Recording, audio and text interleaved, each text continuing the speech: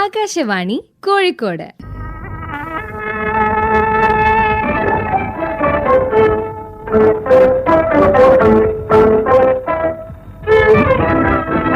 Yuvavani.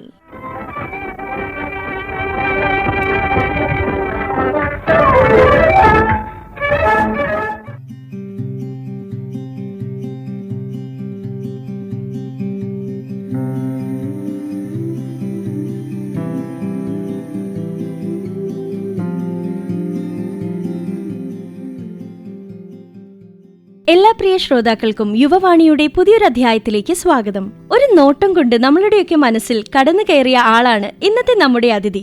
Yes, bougainvillea എന്ന അമൽ നീരജ് ചിത്രത്തിലെ വളരെ പ്രധാനമേറിയ കഥാപാത്രം അലങ്കരിച്ച നമ്മുടെ സ്വന്തം കോഴിക്കോട്ടുകാരിയായ നവീന. നമസ്കാരം. നമസ്കാരം. കോഴിക്കോട്ടുനിന്ന് വണ്ടി കയറി അങ്ങ് അമൽ നീരജ് എന്ന വെൽ എസ്റ്റാബ്ലിഷ്ഡ് ആയ വ്യക്തിയുടെ മുന്നിൽ എങ്ങനെയാണ് എത്തിപ്പെട്ടത്?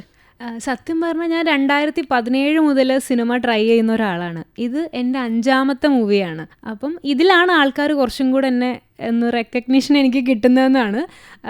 ഞാനിങ്ങനെ ഒരു ഫോട്ടോഷൂട്ടിൻ്റെ ഇടയിൽ ഇങ്ങനെ ഇരിക്കുകയായിരുന്നു. പെട്ടെന്ന് അമൽ സാറിൻ്റെ പ്രൊഡക്ഷനിൽ എനിക്കൊരു അസോസിയേറ്റ് അജിത്തേട്ടൻ വിളിക്കണു. നിങ്ങൾ ഇൻട്രസ്റ്റഡ് ആണോ, ഒന്ന് വന്ന് ഓഫീസിൽ വരെ വരാമോ എന്ന് ചോദിക്കുന്നു. അങ്ങനെ സംഭവിച്ചു പോയതാണ് ഇതൊക്കെ. അങ്ങനെ ഞാൻ സാറ് പോയി കാണുന്നു. സാറ് ക്യാരക്ടറൊക്കെ എക്സ്പ്ലെയിൻ ചെയ്യുന്നു. അപ്പോഴും സാറിനൊരു സംശയം, കാരണം സിനിമ കണ്ടവർക്കറിയാം വറീദ് എന്ന് പറഞ്ഞ ക്യാരക്ടർ അവതരിപ്പിക്കുന്ന സുർജിത്തേട്ടൻ്റെ പ്രായം എന്നെക്കാളും സ്ക്രീനിൽ കുറച്ചും കൂടെ കൂടുതലാണ്. അപ്പോൾ എത്രത്തോളം ഈ പറയുന്ന പ്രായം മാച്ച് ആവുന്നൊരു ഡൗട്ട് സാറിനുണ്ടായിരുന്നു. അപ്പം ഞാൻ പറഞ്ഞു, സാർ എനിക്ക് സ്ക്രീനിൽ സാരി ഇട്ട പ്രായം തോന്നും. അങ്ങനെ ഞാൻ പറഞ്ഞു ഒപ്പിച്ചെടുത്തു. അതെ, അവസരം എനിക്ക് നഷ്ടപ്പെടുത്താൻ താല്പര്യമില്ലായിരുന്നു. ഓക്കെ, അപ്പം എങ്ങനെയാണ് ആദ്യമേ അപ്ലൈ ചെയ്തിരുന്നു? അങ്ങനെ എന്തെങ്കിലും ചെയ്തിട്ടാണോ കിട്ടിയത്? അല്ലല്ല, ഇതിന് ഓഡീഷൻ ഇല്ലായിരുന്നു. അവർ നമ്മളെ കുറച്ച്, എൻ്റെ ഒരു സുഹൃത്തുണ്ട് ട്രിവാൻഡ്രത്തിലുള്ള നാടക പ്രവർത്തകനും ആക്ടറൊക്കെയാണ്, സാം ജോർജ് എന്ന് പറഞ്ഞിട്ടുള്ള അദ്ദേഹത്തിൻ്റെ സുഹൃത്താണ് ഈ പറയുന്ന അസോസിയേറ്റ് ആയിട്ടുള്ള അജിത്തേട്ടൻ. അങ്ങനെ ഈ ക്യാരക്ടറിന് വേണ്ടി അവർ കുറേ പേരെ നോക്കി. ആ കൂട്ടത്തിൽ സാമേട്ടൻ എൻ്റെ പ്രൊഫൈലും അയച്ചു. സാറിന് ഫോട്ടോ കണ്ടിട്ട് ഓക്കെ ആയി. അങ്ങനെ അവർ വിളിക്കുകയായിരുന്നു. ഞാനിപ്പോൾ ഇൻട്രോയിൽ പറഞ്ഞ പോലെ ഒരു നോട്ടം കൊണ്ട് പ്രേക്ഷക മനസ്സിലേക്ക് എത്തിയ പുതുമുഖ താരമാണല്ലോ. അപ്പോൾ ആ നോട്ടത്തിൻ്റെ ഒരു റെലവൻസ് ഈ സിനിമയിൽ എന്താണ്, അല്ലെങ്കിൽ അത് എത്രത്തോളം ഉണ്ടെന്നൊന്ന് പറയാമോ? സത്യം പറഞ്ഞാൽ ആൾക്കാർ ഇത്രത്തോളം നമ്മളെ റെക്കഗ്നൈസ് ചെയ്യും, ഇത്രത്തോളം നല്ല അഭിപ്രായം കിട്ടുമെന്ന് ഞാൻ ഒട്ടും പ്രതീക്ഷിച്ചിട്ടില്ലായിരുന്നു. ഈ പറഞ്ഞ ഒരു ക്യാരക്ടർ പറയുമ്പോൾ അവർ പറഞ്ഞിട്ടുണ്ടായിരുന്നു കഥയിൽ വളരെ ഇമ്പോർട്ടൻ്റ് ആണ് ഈ ഒരു ക്യാരക്ടർ. പക്ഷേ സ്ക്രീൻ ടൈം സത്യം പറഞ്ഞാൽ ഒരു 5 മിനിറ്റേ ഉള്ളൂ. 5 മിനിറ്റ് ഏറിപ്പോയാലുണ്ട്. നമുക്ക് ഡയലോഗുകളില്ല, അത്രത്തോളം ആൾക്കാർ നോട്ട് ചെയ്യാൻ മാത്രമുള്ള ഡയലോഗുകളൊന്നുമില്ല. അപ്പം ഞാനും കരുതി ഓക്കെ, ആ ഒരു ഇമ്പോർട്ടൻസ്, കഥയിലെ ഇമ്പോർട്ടൻസ് ചിലപ്പം സിനിമയെ ബന്ധപ്പെട്ട ആൾക്കാർക്ക് മാത്രമായിരിക്കും മനസ്സിലാവുക. പക്ഷേ ഇത് വളരെ സാധാരണ പ്രേക്ഷകൻ പോലും എനിക്ക് മെസ്സേജ് അയക്കുന്നു, നിങ്ങളുടെ ക്യാരക്ടറിന് ഇത്ര റെലവൻസ് ഉണ്ടല്ലോ, ഈ ക്യാരക്ടർ ഇങ്ങനെ ആയാലും നിങ്ങൾക്ക് വലിയൊരു പങ്കുണ്ടല്ലോ, അങ്ങനെയൊക്കെ പറഞ്ഞിട്ട്. അപ്പം ഞാൻ ഒട്ടും പ്രതീക്ഷിച്ചിട്ടില്ല അവരിങ്ങനെ പറയുമ്പോൾ ഇത്രത്തോളം ഒരു റെക്കഗ്നൈസ് ചെയ്യപ്പെടുമെന്ന്. അമൽ നീരജ് സർ ഈ ഒരു സ്റ്റോറി പറഞ്ഞപ്പം നവീനയുടെ ക്യാരക്ടർ ഇത്രത്തോളം പ്രസക്തമായ ഒന്നാണെന്ന് മനസ്സിലായിട്ടുണ്ടായിരുന്നോ? എനിക്ക് മനസ്സിലായിട്ടുണ്ടായിരുന്നു. പക്ഷേ ഇത് ഓഡിയൻസിൽ കാരണം ഫ്ലാഷ് ബാക്കിലാണ് എൻ്റെ ഒരു സീൻ വരുന്നത്. അപ്പം ഫ്ലാഷ് ബാക്ക് എന്ന് പറയുമ്പം ഭയങ്കര ഫാസ്റ്റ് കട്ടല്ലേ വരുന്നത്. അപ്പം ആളുകൾക്ക് എത്രമാത്രം അത് കൺവിൻസിങ് ആയിരിക്കും. ഒരു നോട്ടം, ഡയലോഗുകളൊന്നുമില്ല, നമ്മുടെ ഒരു നോട്ടം ഒരു ചിരിയാണ്. പിന്നെ ഒരു രംഗം കട്ടായി പോയിട്ടുണ്ടായിരുന്നു. അപ്പോൾ എത്രമാത്രം ഇത് അവർക്ക് കണക്ട് ആവും, കൺവിൻസ് ആവും എന്നുള്ളൊരു ഡൗട്ട് എനിക്കുണ്ടായിരുന്നു. നമുക്കൊക്കെ അറിയാം വളരെ കുറഞ്ഞ ഫിലിംസ് മാത്രം ചെയ്തൊരു ആക്ട്രസ്സാണ് ജ്യോതിർമയി. എന്നിരുന്നാൽ പോലും നമ്മുടെയൊക്കെ മനസ്സിൽ എന്നും ജ്യോതിർമയിക്ക് ഒരു സ്ഥാനമുണ്ട്. അപ്പം ശരിക്കും ഈ ഒരു ഫിലിം എന്ന് പറയുന്നത് ജ്യോതിർമയിന്റെ ഒരു കംബാക്ക് ആണ്. കുറേ വർഷങ്ങൾക്ക് ശേഷം അവരൊരു സ്ക്രീനിൽ എത്തുകയാണ്. ഹൗ വാസ് യുവർ എക്സ്പീരിയൻസ് വിത്ത് ജ്യോതിർമയി? എനിക്ക് തോന്നുന്നു ചിങ്ങമാസം ഇറങ്ങുമ്പോൾ ഞാൻ 7ാം ക്ലാസ്സിലാണ് പഠിക്കുന്നത്. അപ്പം നമ്മൾ ഈ സ്കൂളിലും കോളേജിലൊക്കെ ഡാൻസ് കളിക്കാനൊക്കെ ഇപ്പോഴും ആ പാട്ടിന് ഭയങ്കര ഒരു വാല്യൂ ഉണ്ട്. അങ്ങനെ നമ്മൾ ഇഷ്ടപ്പെടുന്നൊരു ആർട്ടിസ്റ്റായിരുന്നു. അപ്പം ഈ സിനിമയിലേക്ക് വരുമ്പോഴത്തേക്കും മൊത്തത്തിൽ വേറൊരു ലുക്ക്, വേറൊരു പരിപാടി തന്നെയാണ് അവർ ചെയ്തിട്ടുള്ളത്. അപ്പോൾ എനിക്ക് അവരെ കണ്ടപ്പോഴും ഭയങ്കര സ്നേഹം തോന്നി. കാരണം നമ്മൾ ഈ ചെറുപ്പം മുതലേ അവരൊക്കെ കണ്ടാണ് ഈ പറഞ്ഞ സിനിമയോടൊക്കെ ഒരു ഇഷ്ടം വരുന്നത്. അപ്പം ഭയങ്കര സന്തോഷം തോന്നി കണ്ടപ്പം. ഇപ്പോഴും അതേപോലെ ഇരിക്കുന്നു. എന്തെങ്കിലും പേഴ്സണൽ എക്സ്പീരിയൻസസ് ഉണ്ടോ അവരുമായിട്ട്? അങ്ങനെ പേഴ്സണൽ എക്സ്പീരിയൻസ് ഒന്നും ഉണ്ടായിട്ടില്ല. ഭയങ്കര നമ്മളെ കംഫർട്ടബിൾ ആക്കുന്നൊരു സെറ്റായിരുന്നു അത്. മാം ആവട്ടെ നമ്മളെ ഭയങ്കര ഒരു പോസിറ്റീവ് എനർജിയാണ് എപ്പോഴും അവർക്കൊക്കെ. ഒരു പ്രമുഖ നടൻ പറഞ്ഞു കേട്ടിട്ടുണ്ട്, അമൽ നീരദിൻ്റെ ഒരു ഫിലിമിൽ പാസിംഗ് റോള് കിട്ടിയാൽ പോലും അത് വലിയൊരു കാര്യമാണെന്ന്. നവീനയെ സംബന്ധിച്ച് സിനിമാ മേഖലയിൽ ആദ്യ എക്സ്പീരിയൻസ് തന്നെ ഇത്രയും വെൽ നോൺ ആയ ഒരു ക്രൂവിൻ്റെ കൂടെ ആയത് വലിയൊരു ബ്ലെസ്സിങ് ആണല്ലോ. വളരെ കുറച്ച് ക്യാരക്ടേഴ്സ് ഉള്ളൊരു ഫിലിം, അതിൽ ഇത്രയും ഇമ്പോർട്ടൻസ് ഉള്ള ഒരു റോള്, അതും ആ ഫിലിമിനെ മുന്നോട്ട് കൊണ്ടുപോകുന്നതിൻ്റെ ഒരു മേജർ പാർട്ടാണ് നവീനയ്ക്ക് കിട്ടിയിരിക്കുന്ന റോള്. അപ്പോൾ ആ ക്യാരക്ടറിനെ കുറിച്ച് എന്താണ് തോന്നിയിട്ടുള്ളത്? ഈ പറഞ്ഞ പോലെ ഞാനും എൻ്റെ ഒരു ഇൻസ്റ്റാഗ്രാം പോസ്റ്റിൽ ഞാൻ എഴുതിയിട്ടുണ്ടായിരുന്നു, ഇപ്പോഴും സാറിൻ്റെ പടങ്ങൾ കാണുമ്പം ഈ പറഞ്ഞ പോലെ ഒരു പാസിങ് സീൻ ഒന്ന് കിട്ടിയാൽ മതിയായിരുന്നു, അല്ലെങ്കിൽ അദ്ദേഹം പറയുന്ന ഒരു ആക്ഷൻ കേൾക്കാൻ, എന്നിട്ട് നമുക്ക് അഭിനയിക്കാം. അതൊക്കെ ഞാൻ ആഗ്രഹിച്ച ഒരാളാണ്, എത്രയോ കാലമായി കണ്ടൊരു സ്വപ്നമായിരുന്നു. അപ്പോൾ എനിക്കിപ്പോഴും അത് സംഭവിച്ചപ്പോൾ ഞാനും ഭയങ്കര എക്സൈറ്റഡ് ആയിരുന്നു. അപ്പോൾ ഈ വറീദിൻ്റെ ഭാര്യ എന്ന് പറഞ്ഞ ക്യാരക്ടർ എന്നിലേക്ക് എത്തുമ്പം ഞാൻ ഈ പറഞ്ഞ പോലെ ചുരുക്കം സമയമേ ഉള്ളൂ, പക്ഷെ അതിനൊരു ഇമ്പോർട്ടൻസ് ഉണ്ടെന്നുള്ള എനിക്ക് മനസ്സിലായി. അങ്ങനെ ഒരു വലിയൊരു മേജർ പാർട്ടാണ് ആ കഥയുടെ ഈ പറഞ്ഞ ക്യാരക്ടർ ശരിക്കും. അങ്ങനെ ഞാൻ കുറച്ച് ബാക്ക് സ്റ്റോറീസ് കൊടുത്തു, എനിക്ക് ആ ഒരു ഇമോഷൻ എത്താൻ വേണ്ടിയിട്ട്. സാറ് കുറേ പറഞ്ഞു ഇങ്ങനെയാണ് കാര്യങ്ങൾ. പിന്നെ ഒരു ചുരുക്കം സമയത്ത് ഈ പറഞ്ഞ പോലെ നമ്മളിതെങ്ങനെ കൺവിൻസ്ഡ് ആക്കും എന്നുള്ള സത്യമായിട്ടും എനിക്കും നല്ല ഡൗട്ട് ഉണ്ടായിരുന്നു. എന്തോ അങ്ങനെയൊക്കെ സംഭവിച്ചു പോയി. അതിലൊരു മേജർ രംഗം കട്ടായി പോയിട്ടുണ്ടായിരുന്നു, സെൻസർ ബോർഡിൻ്റെ കുറച്ച് ഇഷ്യൂസും ഉണ്ട്. അപ്പം അതും കൂടെ കണ്ടപ്പോൾ ഞാൻ വിചാരിച്ചു എങ്ങനെ ഇത് കൺവിൻസ്ഡ് ആവും. അപ്പോഴാണ് ഈ ആൾക്കാർ വരുന്ന ആ ഒരു നോട്ടം, ചിരി ഭയങ്കരമായിട്ട് അവർക്ക് വർക്കായി, അത് അവിടെ കൺവിൻസ്ഡ് ആണ്. അപ്പോൾ എനിക്ക് ഭയങ്കര സന്തോഷം തോന്നി. പിന്നെ ഈ ക്യാരക്ടറിനെ പറ്റി പറയുകയാണെങ്കിൽ ഭയങ്കര നെഗറ്റീവ് ഷെയ്ഡുള്ളൊരു ക്യാരക്ടറാണ്. എന്നോട് ഇവരത് ആദ്യം പറയുമ്പോൾ ഞാനത് നവീനയായിട്ടാണ് ഈ പറയുന്ന ഒരു കോൾ എനിക്ക് വരുമ്പോൾ എടുത്തത്. ദ നെക്സ്റ്റ് മൊമെൻറ്റ് ഞാനൊരു ആർട്ടിസ്റ്റായിട്ട് തന്നെയാണ് അതിനെടുത്തത്. ഞാൻ ആദ്യമായിട്ടാണ് ഒരു നെഗറ്റീവ് ഷെയ്ഡുള്ളൊരു ക്യാരക്ടർ ചെയ്യുന്നത്. ഒരു ഷോർട്ട് മൂവിയിൽ പോലും എൻ്റെ ഓർമ്മയിൽ ഞാൻ ചെയ്തിട്ടില്ല. ഇതെൻ്റെ ആദ്യത്തെ നെഗറ്റീവ് ക്യാരക്ടറാണ്. അപ്പോൾ നമുക്കിതിന് റിലേറ്റ് ചെയ്യാനൊന്നുമില്ല, ഇതിനൊരു ബാക്ക് സ്റ്റോറി ഉണ്ടാക്കാനോ അല്ലെങ്കിൽ നമുക്ക് കേട്ടറിഞ്ഞ കഥകളോ നമ്മൾ മുമ്പ് കണ്ട എന്തോ ആണ്. അപ്പം ഞാൻ എന്നെക്കൊണ്ട് പറ്റുന്ന വിധത്തിൽ ഈ പറഞ്ഞ പോലെ നാടക എക്സ്പീരിയൻസും കാര്യങ്ങളൊക്കെ ഉള്ളതുകൊണ്ട് കുറച്ച് ബാക്ക് സ്റ്റോറീസ് ഞാനായിട്ട് കുറച്ച് ഉണ്ടാക്കി, സാറ് പറഞ്ഞ കാര്യങ്ങൾ കണക്ട് ചെയ്തു. അങ്ങനെയായിരുന്നു ആ വറീദിൻ്റെ ഭാര്യയിലേക്ക് ഞാൻ എത്തിപ്പോയത്. ഇപ്പം നവീന പറഞ്ഞല്ലോ ഒരു നെഗറ്റീവ് ഇമ്പാക്റ്റ് കൂടെ വരുന്നൊരു റോളാണ് എന്ന്. അപ്പം സ്വാഭാവികമായിട്ട് നമ്മൾ എന്തൊരു കാര്യം എടുത്താലും ഇപ്പോഴത്തെ ഒരു ട്രെൻഡ് അനുസരിച്ച് അതിനെ മാക്സിമം നെഗറ്റീവായിട്ട് തന്നെ പറയാനാണ് ആൾക്കാർക്ക് താല്പര്യം. അപ്പം ഈ ഒരു നെഗറ്റീവ്നെസ് കൂടി ആ റോളിനുള്ള സ്ഥിതിക്ക് അതിന് വിമർശകരുണ്ടായിരുന്നോ? എനിക്ക് തോന്നുന്നു ഞാൻ പറഞ്ഞല്ലോ ഒരു രംഗം കട്ടായി പോയിന്ന്, ചിലപ്പോൾ ആ രംഗം കൂടെ വന്നാൽ നല്ല രീതിയിൽ നെഗറ്റീവ് കമൻറ്റ്സ് വരായിരുന്നു. ബട്ട് സ്റ്റിൽ ഇപ്പോഴും നെഗറ്റീവ് കമൻറ്റ്സ് വരുന്നുണ്ട്. ഞാൻ ഫേസ്ബുക്കിലൊരു പോസ്റ്റിന് താഴെ കണ്ടു, ഈ സ്ത്രീയാണ് ആ കുട്ടിയെ നശിപ്പിച്ചത്, വൃത്തികെട്ട സ്ത്രീ. പക്ഷെ ഇത് കാണുമ്പോൾ എനിക്ക് സന്തോഷമായിരുന്നു. ഓക്കെ, നമ്മളെ റെക്കഗ്നൈസ് ചെയ്ത് നമ്മൾ ചെയ്തത് ഇഷ്ടപ്പെട്ടല്ലോ. ഞാൻ ആ പോസിറ്റീവായിട്ടാണ് കാണുന്നത്. പിന്നെ ഇപ്പോൾ സോഷ്യൽ മീഡിയ ഭയങ്കര സജീവമായിട്ടുള്ളൊരു കാലഘട്ടമല്ലേ. ആൾക്കാർ നല്ലതും പറയും ചീത്തയും പറയും. നമുക്ക് വേണ്ടത് എടുക്കുക, നമ്മൾ ഈ പറഞ്ഞ നമ്മുടെ അഭിനയമായി ബന്ധപ്പെട്ട് എന്തെങ്കിലും മെച്ചപ്പെടുത്താനുള്ളതാണെങ്കിൽ അത് പോസിറ്റീവായിട്ട് എടുക്കുക. ഞാൻ അങ്ങനെ അതിനെ കാണുള്ളൂ. നവീനയുടെ വിദ്യാഭ്യാസ ജീവിതം, അതുപോലെ ഫാമിലി, ഇതിനെക്കുറിച്ചൊക്കെ ഒന്ന് പറയാമോ? ഞാൻ എൻ്റെ ആദ്യത്തെ PG ചെയ്തത് കോഴിക്കോട് പ്രസ് ക്ലബ്ബിൽ ജേർണലിസ്റ്റ് ആയിരുന്നു. എനിക്ക് ആ ഒരു മേഖലയിലേക്ക് പോകാൻ തന്നെയായിരുന്നു താല്പര്യം, ഒരു ന്യൂസ് റീഡിങ്ങോ ആങ്കറിങ്ങോ ഒക്കെ.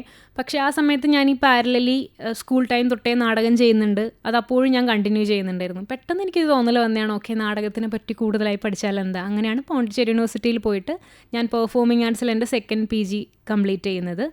അതിനുശേഷം ഞാൻ തിയേറ്റർ ടീച്ചറായിട്ട് കുറേ സ്കൂളിലും കോളേജിലൊക്കെ വർക്ക് ചെയ്തു. ഇപ്പോഴും ഞാനത് ചെയ്യുന്നുണ്ട്. ടീച്ചിങ് ഇപ്പോഴും ഞാൻ കൊച്ചിയിൽ ചെയ്യുന്നുണ്ട്. ഗവൺമെൻറ്റിൻ്റെ ഒരു വജ്ര ജൂബിലി ഫെലോഷിപ്പ് പദ്ധതിയുടെ ഭാഗമായിട്ട് ഞാൻ കളമശ്ശേരി മുനിസിപ്പാലിറ്റിയിൽ തിയേറ്റർ ക്ലാസ്സസ് എടുക്കുന്നുണ്ട്. അങ്ങനെയാണ് എൻ്റെ ഒരു വിദ്യാഭ്യാസവും ജോലിയൊക്കെ ആയിട്ട് പോകുന്നത്. കുടുംബത്തെ പറ്റി പറയാനാണെങ്കിൽ അച്ഛൻ അധ്യാപകനായിരുന്നു, അമ്മ നേഴ്സായിരുന്നു, രണ്ടുപേരും റിട്ടയർഡായി, ചേച്ചി ഡോക്ടറാണ്. Happy family. ഓക്കെ, നമുക്കറിയാം ഫിലിം ഇൻഡസ്ട്രിയിൽ ഒരുപാട് ആർട്ടിസ്റ്റുകൾ നാടക കളരിയിൽ നിന്ന് സിനിമയിലേക്ക് എത്തിയവരാണ്. ഇപ്പം നവീനയും ആ ഒരു സെയിം ബാക്ക്ഗ്രൗണ്ടിൽ നിന്നാണ് വരുന്നത്. അപ്പം ഒരു നാടകത്തിന് നമ്മൾ എടുക്കുന്ന തയ്യാറെടുപ്പുകൾ അത് തന്നെയാണോ ഒരു ഫിലിമിനും? ഞാൻ എപ്പോഴും എല്ലാവരും ഈ ചോദ്യം ചോദിക്കുമ്പം പറയാറുണ്ട്, ഞാൻ നാടകത്തിൽ നിന്ന് തുടങ്ങിയതാണ്, പക്ഷെ ഇപ്പോഴും ഞാൻ നാടകം ചെയ്യുന്നുണ്ട്. കഴിഞ്ഞ 2 മാസം മുമ്പ് ഞാൻ നാടകം ചെയ്യുന്നുണ്ട്. ഞാൻ രണ്ടും ഒരേപോലെ കണ്ടിന്യൂ ചെയ്യുന്ന ഒരാളാണ്. മുന്നോട്ടും അതങ്ങനെ തന്നെ വേണം എന്ന് ആഗ്രഹിക്കുന്ന ഒരാളാണ്. അപ്പോൾ ഈ നാടകത്തിൻ്റെ എന്താണെന്ന് വെച്ചാൽ, നാടകം നമ്മളൊരു ചിലപ്പോൾ ഒരു 2-3 മാസം നീളുന്നൊരു റിഹേഴ്സലായിരിക്കും. നമുക്ക് സിനിമയിൽ അങ്ങനെ ഇല്ല. സിനിമയിൽ നമുക്ക് ആക്ഷന് തൊട്ട് മുമ്പ് കിട്ടുന്നൊരു സമയം നമ്മൾ ഈ ക്യാരക്ടറിലേക്ക് എത്തിച്ചേരുന്നത് അതേ ഉള്ളൂ. ചിലപ്പോൾ ഒരു 3-4 റീടേക്കുകൾ, നമുക്ക് ഒരുപാട് റീടേക്കുകളും പോകാൻ പറ്റില്ല. നാടകത്തിൽ റീടേക്കുകളേ ഇല്ല. നമ്മൾ ആ സ്റ്റേജിൽ നമ്മുടെ ലൈവ് പെർഫോമൻസ് ആണ്. അപ്പം രണ്ടും ഡിഫറെൻ്റ് ആണ്. രണ്ടും തരുന്നത് അൾട്ടിമേറ്റ്ലി സന്തോഷം തന്നെയാണ് ഒരു ആർട്ടിസ്റ്റിന് എന്നാണ് ഞാൻ മനസ്സിലാക്കുന്നത്. അപ്പം രണ്ടിൻ്റെയും പ്രോസസ്സ് ഡിഫറെൻ്റ് ആണ്. കുറച്ചും കൂടെ നമ്മളുടെ ഈ പറയുന്ന ആക്ടിങ്ങിൻ്റെ മീറ്ററൊക്കെ നാടകത്തിൽ കൂടുതലാണ്. സിനിമയിൽ നമുക്ക് അത്ര വേണ്ട, നമ്മൾ സട്ടിലായിട്ടുള്ളൊരു ആക്ടിങ് ആയിരിക്കും സിനിമയിൽ വേണ്ടി വരിക. പിന്നെ ഈ പറഞ്ഞ പോലെ നാടകം നമ്മുടെ സിനിമയിൽ അഭിനയിക്കുമ്പോൾ ഒരുപാട് ഹെൽപ്പ് ചെയ്യുന്നുണ്ട്. ഈ ഞാൻ നേരത്തെ പറഞ്ഞ പോലെ തന്നെ ഒരു ബാക്ക് സ്റ്റോറി ഉണ്ടാക്കാനും നമുക്ക് എളുപ്പത്തിൽ ആ ക്യാരക്ടറിലേക്ക് എത്തിച്ചേരാൻ സ്വാഭാവികമായിട്ടും നമ്മൾ ഈ പറയുന്ന ഡയറക്ടറും എഡീസൊക്കെ ഹെൽപ്പ് ചെയ്യും. പക്ഷേ ചിലപ്പോൾ സിനിമയിൽ നമുക്ക് ആവശ്യമേ ഉണ്ടാവില്ല ഈ പറഞ്ഞ നമ്മളുണ്ടാക്കുന്ന ബാക്ക് സ്റ്റോറി. പക്ഷേ ചിലപ്പോൾ ഒരു മൊമെൻ്റ് ആയിരിക്കും, ഒരു നോട്ടമായിരിക്കും, എന്തെങ്കിലും നമ്മൾ ഇങ്ങനത്തെ രീതിയിലൊരു ബാക്ക് സ്റ്റോറി ഉണ്ടാക്കിയാൽ അത് ഭയങ്കരമായിട്ട് ഹെൽപ്പ് ചെയ്യും. നാടകത്തിലാണെങ്കിൽ ഞാൻ പറഞ്ഞല്ലോ ഈ പറഞ്ഞ 2 മാസം നീളുന്നൊരു റിഹേഴ്സൽ ഉണ്ടാവുമായിരിക്കാം. ആ റിഹേഴ്സലിൽ കണ്ടിന്യൂസ് റിഹേഴ്സൽ ആയതുകൊണ്ട് നമുക്ക് ആ ക്യാരക്ടറിലേക്ക് എത്തിച്ചേരാൻ കുറേ സമയമുണ്ട്. സിനിമയിൽ നമുക്ക് അത്ര സമയം കിട്ടുന്നില്ല ഈ ക്യാരക്ടറിലേക്ക് എത്തിച്ചേരാൻ. അധികവും ലൈവ് നാടകങ്ങളാണോ ചെയ്യാറ്? അതെ അതെ അതെ. അപ്പം ഈ ഡയലോഗ്സ് ഉടനീളമുള്ള നാടകം, അത്രയും ഡയലോഗ്സ് ഒക്കെ പഠിച്ച് അതൊക്കെ ഈ പറഞ്ഞ 2 മാസത്തെ പ്രാക്ടീസിൽ നിങ്ങൾ അതൊക്കെ റെഡിയാക്കി എടുക്കും അല്ലേ? 2 മാസം ഉണ്ടാവില്ല, 1 മാസമൊക്കെ ഉണ്ടാവുക. നമ്മൾ കണ്ടിന്യൂസ് റിഹേഴ്സൽ ആകുമ്പോൾ നമുക്ക് ഈ പറയുന്ന ഒരു വലിയ മോണോലോഗം ഒന്നാണെങ്കിൽ അത് പ്രശ്നമായിരിക്കില്ല, നമ്മളങ്ങ് അത് പഠിക്കും. അപ്പം നാടകത്തിൽ നിങ്ങൾ നിങ്ങളതായ മാറ്റങ്ങൾ വരുത്താറുണ്ടോ ഡയലോഗ്സിൽ? കുറച്ച് കഴിയുമ്പോൾ ഇപ്പം നവീന പറഞ്ഞല്ലോ, നമ്മൾ ആ ഒരു ക്യാരക്ടറായി മാറും, കാരണം കണ്ടിന്യൂസ് പ്രാക്ടീസ് ആകുമ്പം. അപ്പം അതിനനുസരിച്ച് ഡയലോഗുകൾ നിങ്ങൾ മാറ്റാറുണ്ടോ?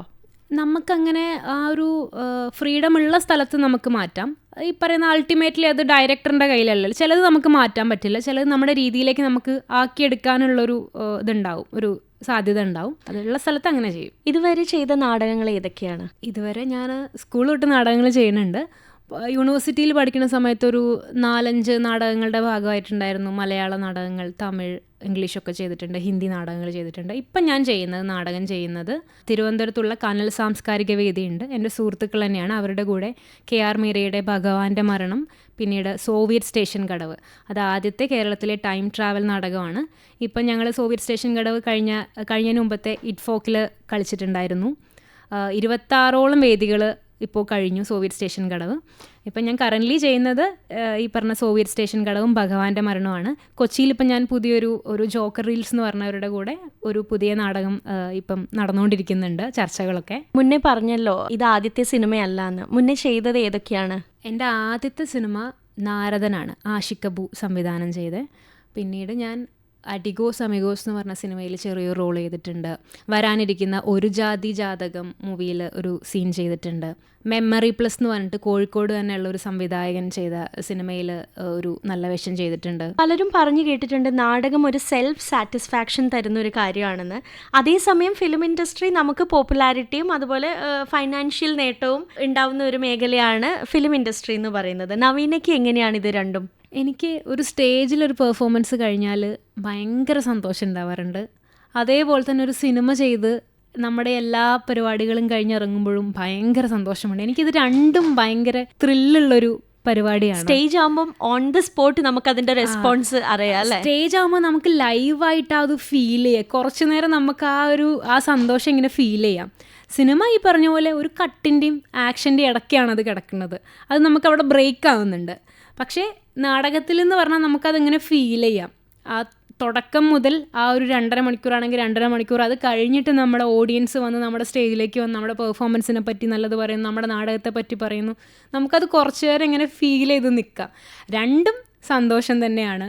നവീന ഒരു നാടക ബേസ് എന്ന് പറഞ്ഞല്ലോ, ചെറുപ്പം മുതലേ ചെയ്തു തുടങ്ങി, പിന്നീട് അത് മുന്നോട്ട് അതിനെ കുറച്ചുകൂടി പോളിഷ്ഡ് ആക്കാൻ വേണ്ടിയിട്ട് പോണ്ടിച്ചേരി യൂണിവേഴ്സിറ്റിയിൽ പോയി പഠിക്കുകയുണ്ടായി.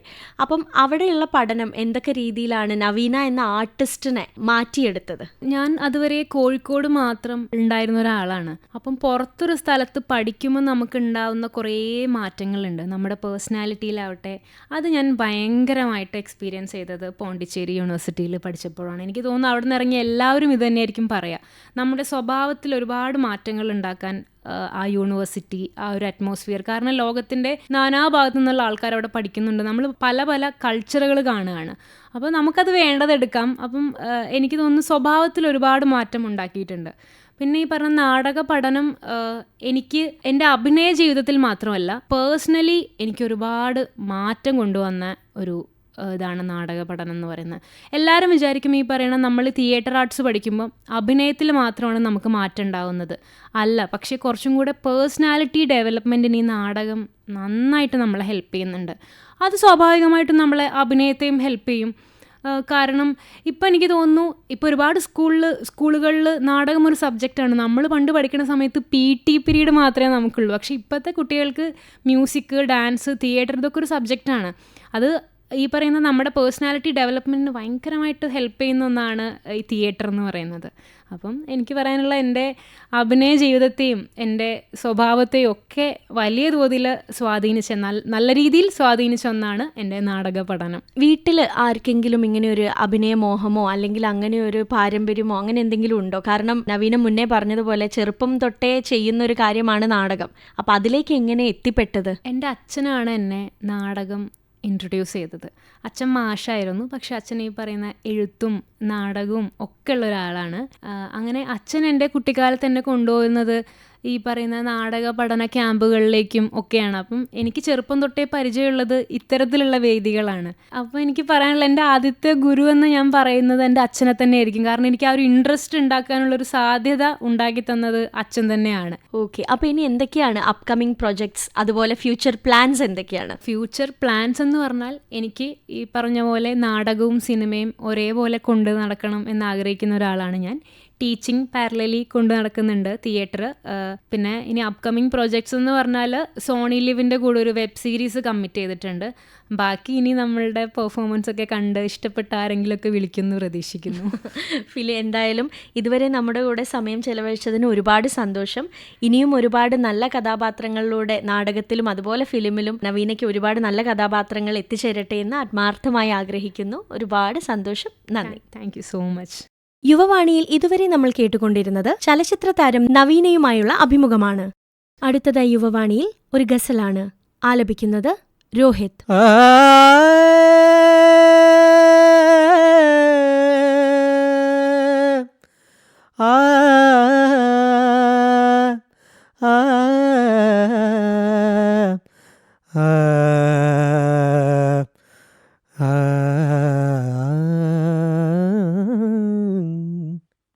गुलों में रंग भरे बादनो बहार चले, गुलों में रंग भरे बादनो बहार चले, चले भी आओ की गुलशन का कारोबार चले, गुलों में रंग भरे बादनो बहार चले, चले भी आओ की गुलशन का कारोबार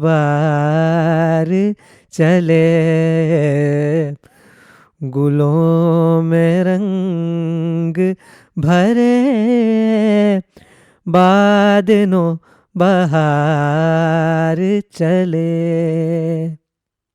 कफस उदास है यारों सबा से कुछ तो कहो,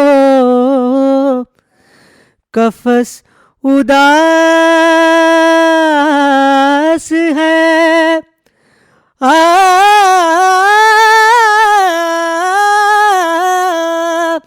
कफस उदास है यारों ज़बा से कुछ तो कहो,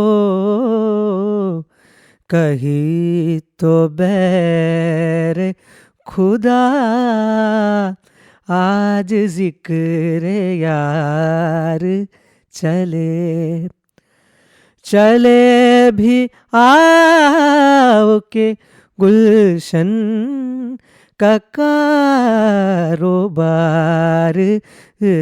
चले, गुलों में रंग भरे बादनो बहार चले, जो हम पे गुजरी सो गुजरी मगर शबे हिजरा जो हम पे गुजरी गुजरी गुजरी गुजरी जो हम पे गुजरी सो गुजरी मगर शबे हिजरा हमारे अश्क तेरी आकबत सवार चले हमारे अश्क तेरी आकबत सवार चले चले भी आओ के गुलशन का कारोबार चले गुलों में रंग भरे बादनो बहार चले चले भी आओ के गुलशन का कारोबार चले गुलों में रंग भरे बादनो बहार चले